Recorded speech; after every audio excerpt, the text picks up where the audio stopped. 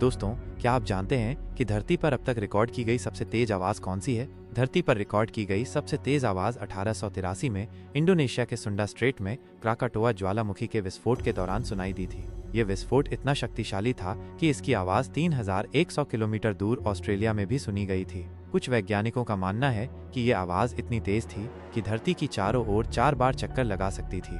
इस विस्फोट से उत्पन्न सुनामी ने आसपास के द्वीपों को तबाह कर दिया और हजारों लोगों की जान ले ली। इस घटना ने दुनिया भर में जलवायु परिवर्तन भी लाया। कई सालों तक सूर्यास्त के बाद आसमान में लाल रंग की चमक दिखाई देती रही, जिसे क्राकाटोआ स्काई कहा जाता था।